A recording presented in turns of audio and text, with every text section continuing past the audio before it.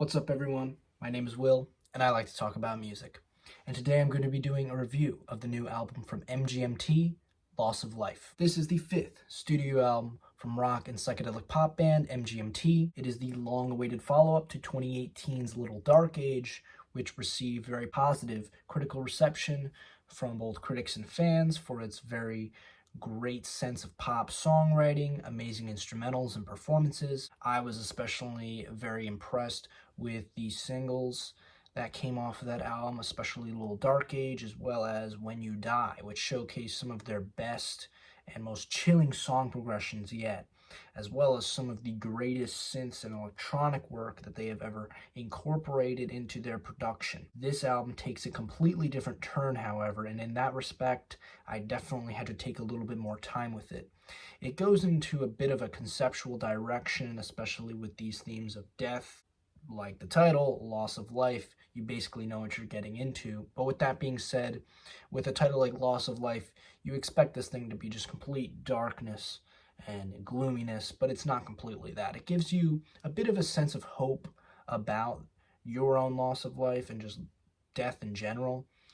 And it also raises a lot of questions that, granted, do become pretty much unanswered even by the end of the record, but in some respects it's not necessarily a bad thing. I think there are just certain aspects that they could have tied in more into making a fully realized concept, but for what they were going for, I can definitely appreciate where their minds were at in terms of grappling such a complex topic, even though it may seem simple. Just from a songwriting perspective, I think any fan might need to take more time with this album to fully digest it, because there are certain albums like this that take a much more subtle approach in terms of the general aesthetics and the songwriting that makes for a listen that may seem initially underwhelming to a lot of people, and I would say that was the case for me on this album. I think there were certain tracks like the singles, Mother Nature, Bubblegum Dog, that I could definitely respect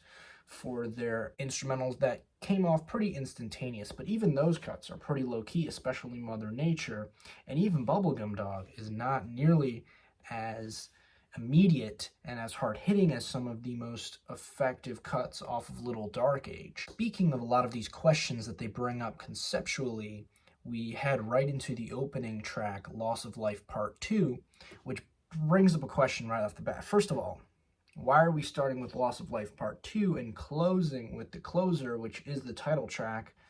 Like, is this really the final chapter to the narrative that they're trying to portray throughout this album? To be honest, I don't know, but it definitely raises this question anyway. But this opener is saturated with these melancholic synthesizers and electronics, and also a woodwind solo that offers this sense of hope and a sense that it is driving forward, as well with this surge in percussion towards the end of the track. And over all of this, you have the spoken word passage, which comes from a poem from the Book of Taliesin, and it offers a lot of questions just about the wonders of the world and various things that we maybe have left unanswered, but it all basically evokes certain things like, what is the meaning of life? Not that specifically, but it basically centers around a lot of just general questions, somewhat philosophical, you could say. But I think it's quite a captivating intro, actually. Once again, like initially, I wouldn't be crazy about this, but I do think it really has quite a nice opening narrative for the album that, sure, it does raise a lot of questions and it makes me confused about what's going on, but I think that's part of what makes it so effective, and it also leads into the first track very wonderfully, which I alluded to before, Mother Nature, which I think is just a great and gorgeous way to open up the album, being the first full song here. I think the mood and the atmosphere of this track perfectly feels just like a bright, warm day. The synth tones in the mix that lead into this heavier rock-led instrumentation are completely gratifying, and I just think it makes for a really gorgeous experience all throughout, in a wonderful way to put me in and immerse me into the soundscape of this album. Dancing in Babylon is a nice change of pace that completely centers around the themes of love. The instrumental on this one is also very nice with these looping piano and synth bass lines and this beautiful keyboard work throughout. The vocal work is also very stunning and features a great contribution from Christine and the Queens.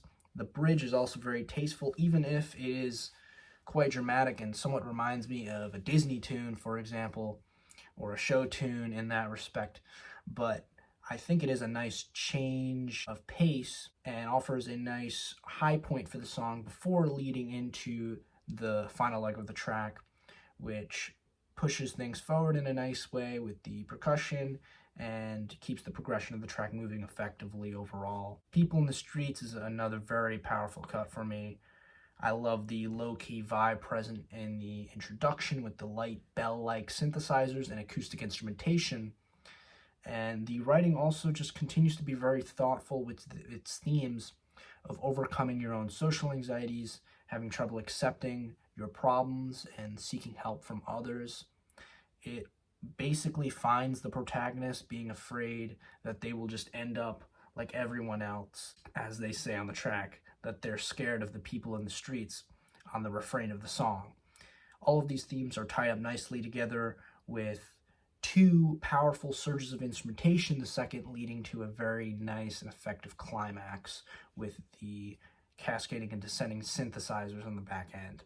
Bubblegum Dog, as I said before, is easily the most hard-hitting and instantaneous track on the album. The Bubblegum Dog is essentially used throughout as a metaphor for the simple things in life, the simple pleasures in life, and he's basically reflecting on his past viewpoints of how he thought that simple things in life are just completely stupid and you shouldn't bother with them, and now he's realizing that it's okay as long as you get some happiness out of it. And it's showing a sort of maturity that is definitely respectable, and he's realizing that there's nothing wrong with embracing these things in order to live a happier life. Amazing and hard-hitting rock instrumentation throughout this track, and I'm also very enamored with some of the clavichord inclusions throughout as well. Nothing to Declare is another gorgeous cut that is led by acoustic guitar and light splashes of synthesizers, along with the simple drum beat and percussion that actually changes a bit throughout to keep the momentum of the track going very nicely.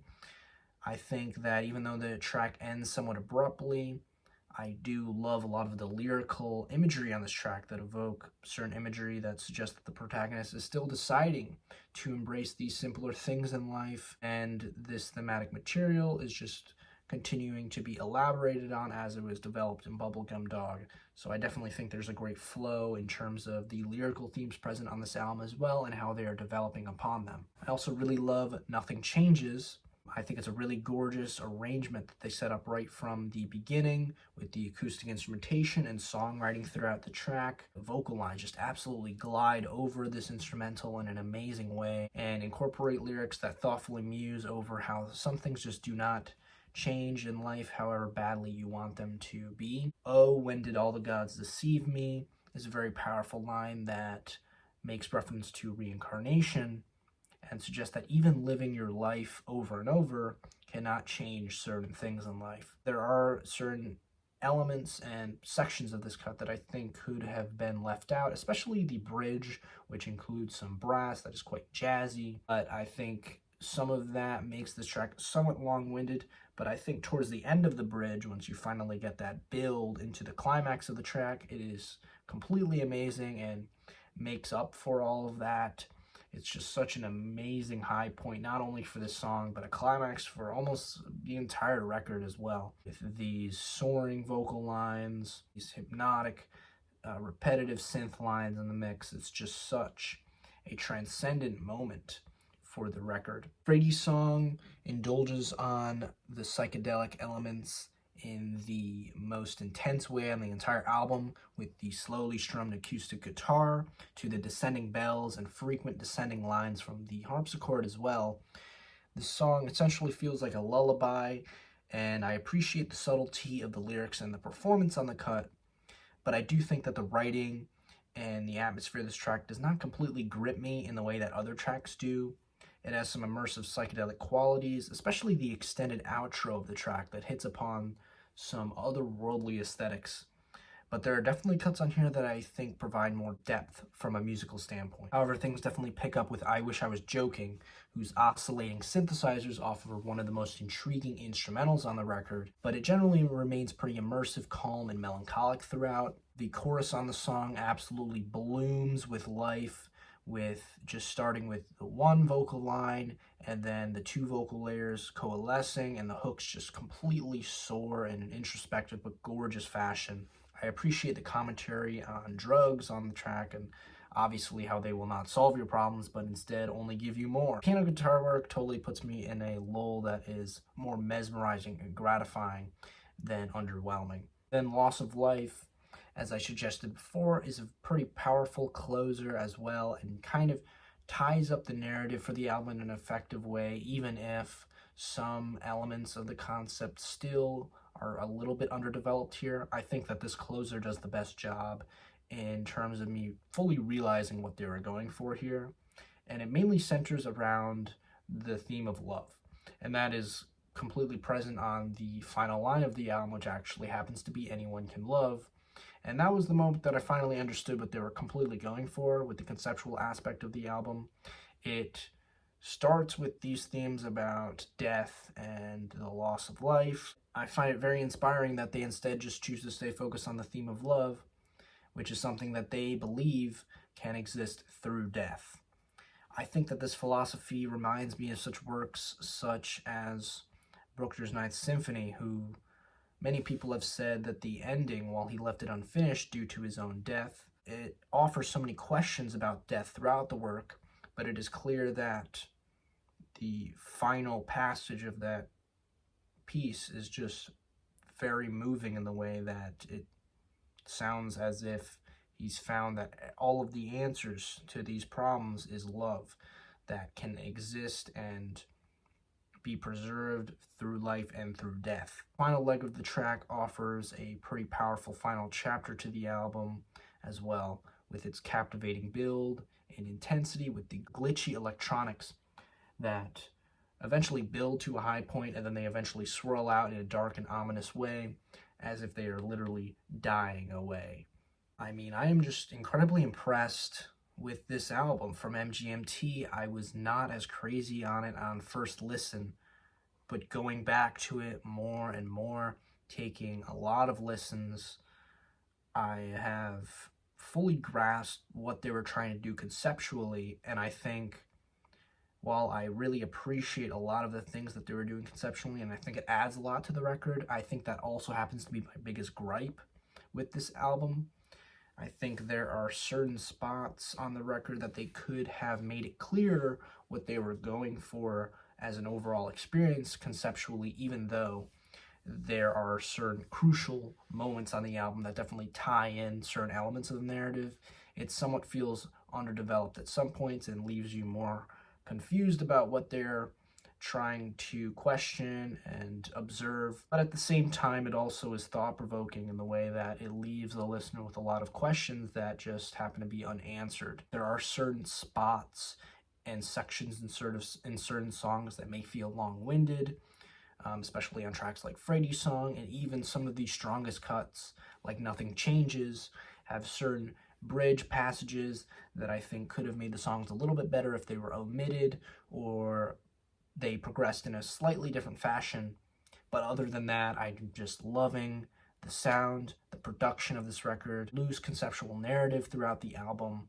And while the songwriting is very subtle and something that does not immediately hit listeners, I think that this will grow on a lot of people, definitely bring in certain fans who maybe were not that keen on the sound, if they happen to give this enough listens and if they happen to give this the chance that it really deserves, because even though a lot of these tracks happen to be very mellow and very subtle in their performances, their delivery, and their songwriting, they also happen to be incredibly, incredibly gorgeous as well. So with that being said, I'm feeling an 8+ on this album. But let me know what you thought about this MGMT album.